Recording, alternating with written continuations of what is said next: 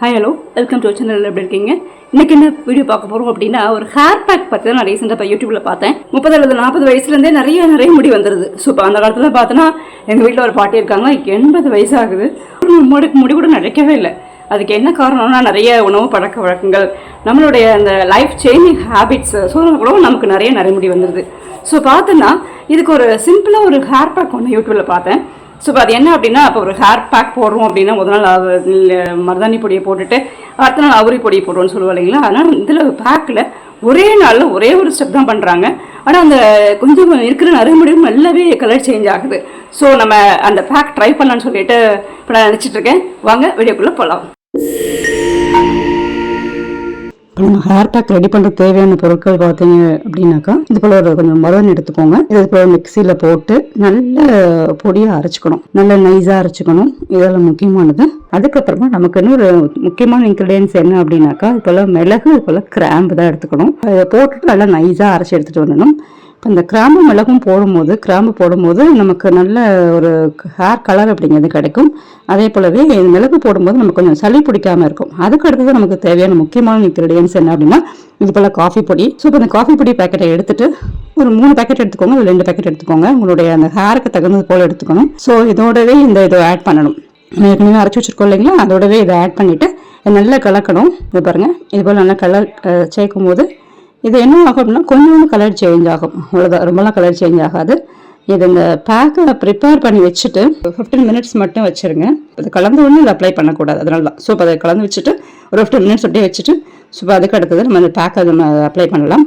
So இப்போ அதுக்கு நீங்கள் என்ன பண்ணணும் அப்படின்னா, நான் இப்போ இந்த பேக்கை எடுத்துகிட்டு வந்துட்டேன். கொஞ்சம் தண்ணியாக இருக்குது போல இருக்குது.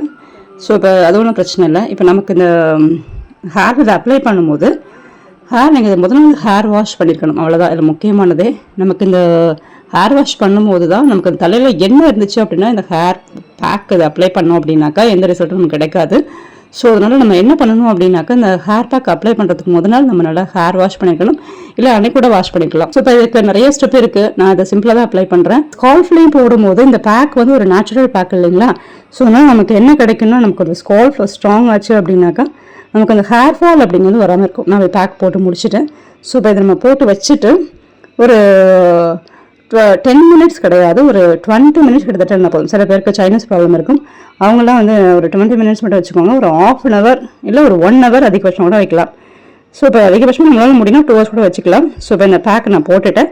ஸோ இப்போ அதுக்கப்புறம் நான் எப்படி பேக் போட்டு நல்லா வாஷ் பண்ணிட்டு வந்திருக்கேன். இப்போ பார்க்கும்போது ஓரளவு நிறைய முடி கொஞ்சம் கலர் சேஞ்ச் ஆன போல தெரியுது. இது முழுக்க சேஞ்ச் ஆகலை.